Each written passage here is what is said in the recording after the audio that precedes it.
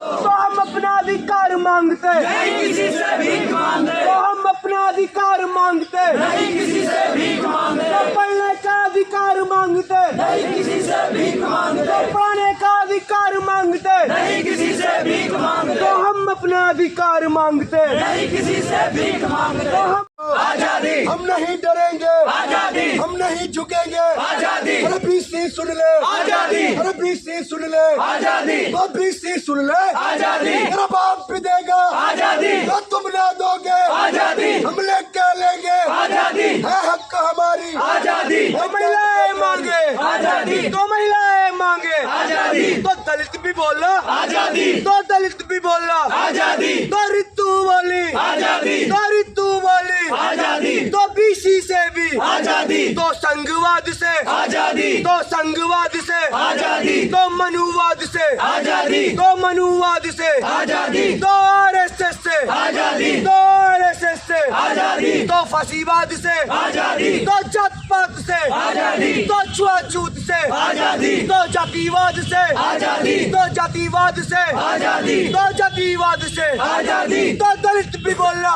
आजादी, तो दलित भी बोला, आजादी, तो महिलाएं बोली, आजादी, तो महिलाएं बोली, आजादी, तो अम्बेडकर वाली, आजादी, तो भगत वाली, आजादी, तो काशीराम वाली, आजादी, तो अम्बेडकर वाली, आजादी। तो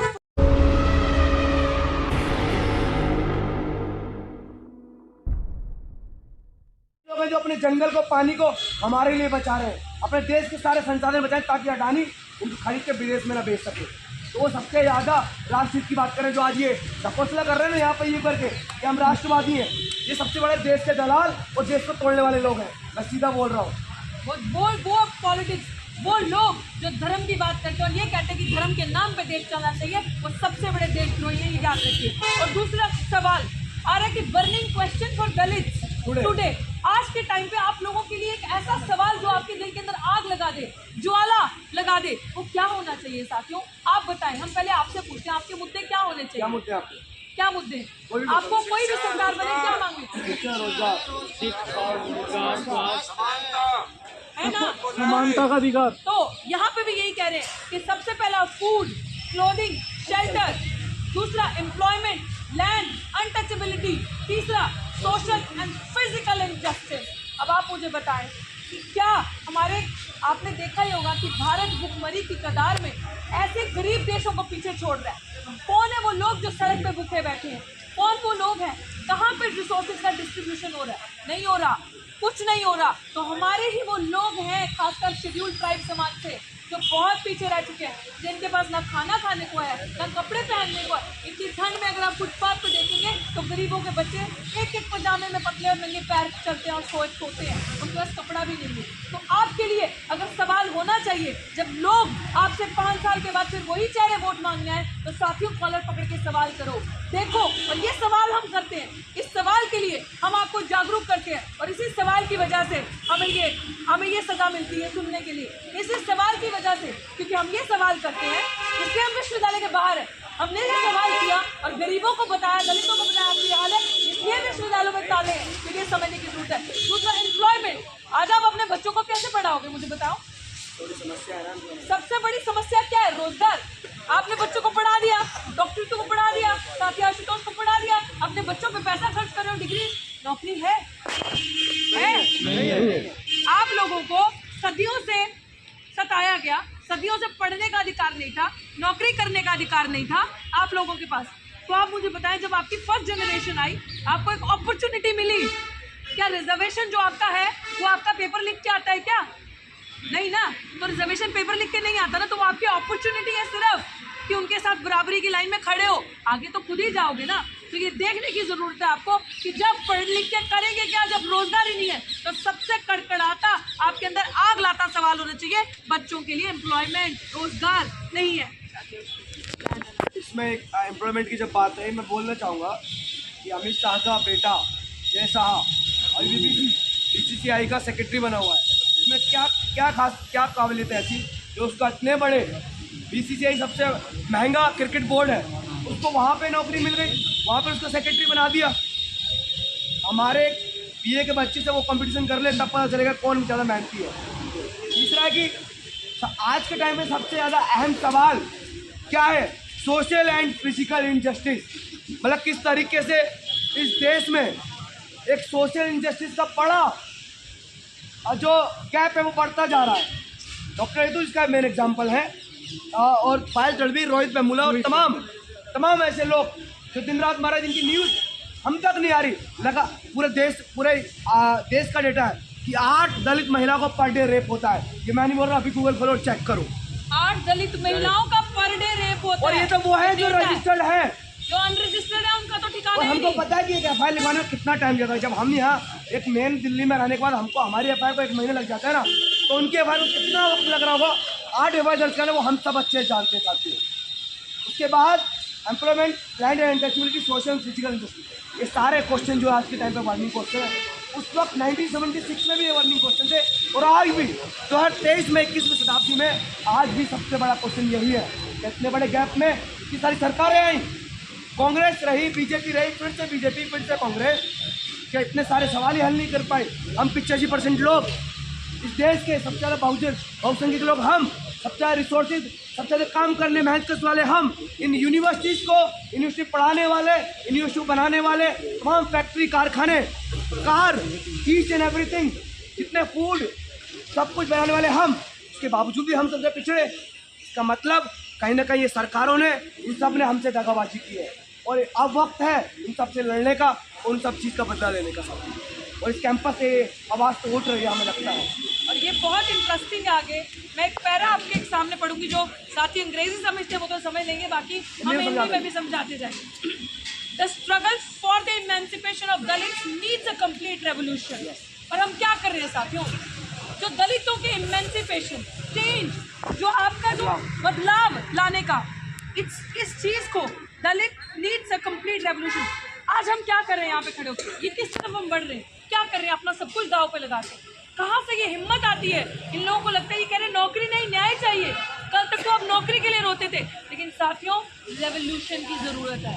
रेवोल्यूशन चेंज नहीं है हल्का सा, रेवोल्यूशन माने कंप्लीट चेंज, जिसके अंदर कोई समझौता नहीं होगा, जिसके अंदर आप इस देश के सच में शासक बनोगे, जिसके अंदर आपके बच्चों के पास ऊपर से लेके नीचे तक प्राकृतिक संसाधनों से जमीन के नीचे पाताल में जो भी है सब रिसोर्सेज पे आपका भी उतना अधिकार होगा जितना उनका होगा, अकॉर्डिंग टू योर संख्या। तो ये जो मूवमेंट है, अगर दलितों का इमेंसिपेशन, आपको अपनी सिचुएशन, चीजें बदलनी है, दलित, बहुजन, आदिवासी, पूरा जो सताया हुआ तबका है, हो सकता है ये सताया हुआ तबका सामान्य वर्ग का भी हो, जो अप्रकाश है, उन लोगों के अधिकार भी अगर नहीं मिल रहे उनको, उनके लिए भी हम बोलेंगे। इसके लिए रेवोल्यूशन चाहिए। तो प्रॉक्टर के ऑफिस में जाते हैं एसएचओ साहब, ये देखो, और उसकी वीडियो भी हमारे पास है, ये देख लो। ये कौन खड़ा है? Vice chancellor Yogesh Singh. ये देख लो, विश्व हिंदू परिषद का चीफ, और ये खड़ी है प्रॉक्टर रजनी अब्बी। देख लो, ये है यूनिवर्सिटी का हाल। ये देखो, यूनिवर्सिटी, बार बार मैं कहती हूँ, यूनिवर्सिटी माने डाइवर्सिटी, जहाँ सब धर्मों का सम्मान, जहाँ सब लोगों का, हर विचारधारा का, लेकिन ये आला कमान एक विचारधारा को प्रमोट कर रहा है। अब समझ में आई आपको? हम बार बार कहते हैं शाखा कैसे लग रही है। ये जो पुलिस के डंडे, करो पैन इन पे कैमरा, ये जो पुलिस यहाँ पे बार बार आके वो कर रही है, ये सब सबूत दिए जाएंगे, ये सब दिखाया जाएगा कि यहाँ पे ये लोग उन पर आते गरीब लोगों को डंडे मारते हैं। ये वही चीज़ है कि कितना सताओगे, कितना कर पाओगे। आज जब जनता की अदालत से बड़ी कोई अदालत नहीं होती, ये लोग हमें कहते हैं अदालत में चले जाओ, वहां पे जहां पे जब दलित शोषित वर्गों का केस आता है तो तारीख पे तारीख मिलती है। अच्छा, कौन सा केस है? SC का, तारीख पे तारीख, तारीख पे तारीख। लेकिन जब बात आती है इनकी, तो इनकी वहां भी सेटिंग होती है हर जगह पे। लेकिन हमारी सारे सुन लो, एक ही अदालत है आप सबकी, वो है जनता की अदालत। सड़कों पे आपकी अदालत का फैसला सड़कों से होगा, और जो फैसला सड़कों से होता है वो फैसला सर्वोपरि होता है, प्रिय होता है, क्योंकि लोकतंत्र है, तानाशाही नहीं है। राजा का राज नहीं चलता डेमोक्रेसी में, प्रजा का राज होता है।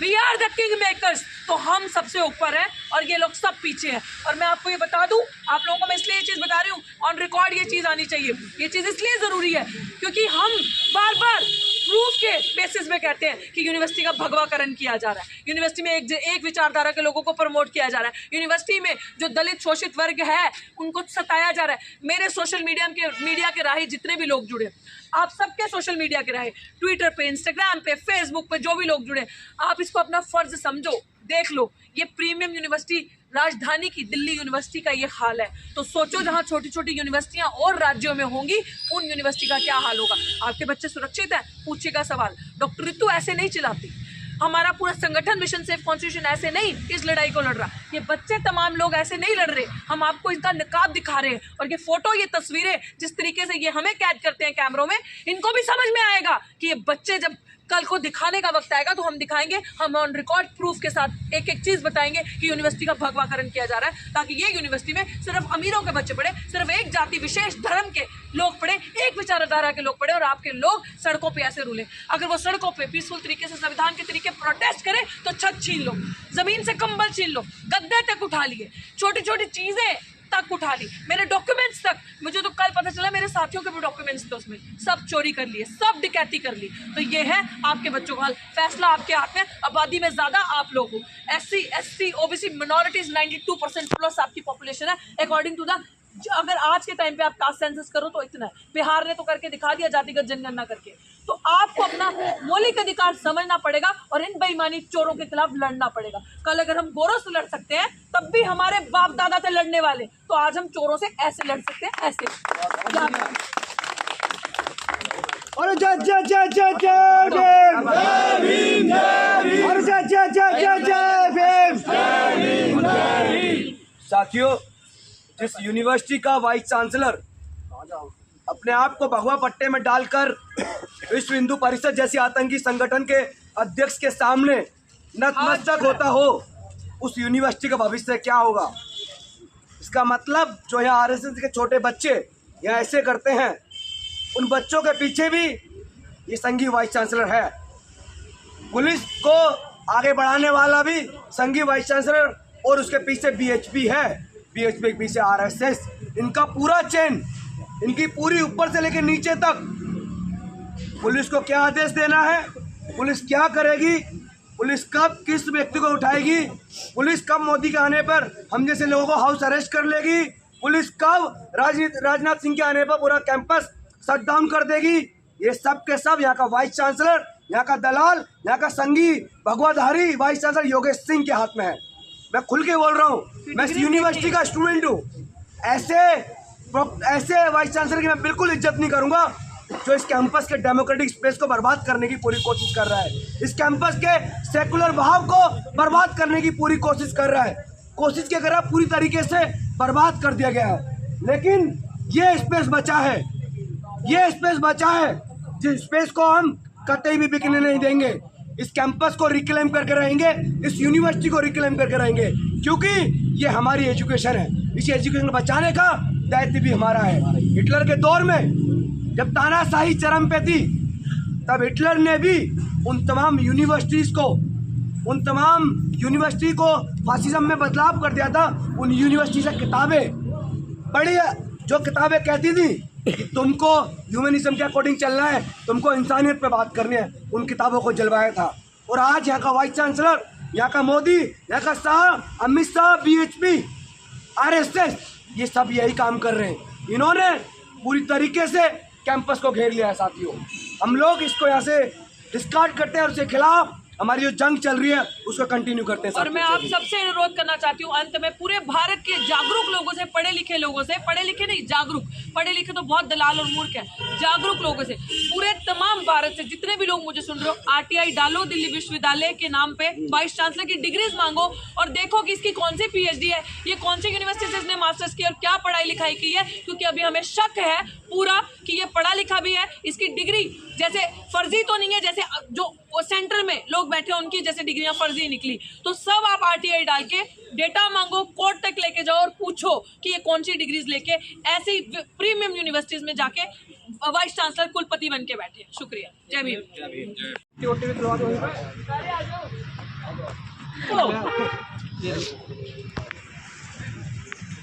नहीं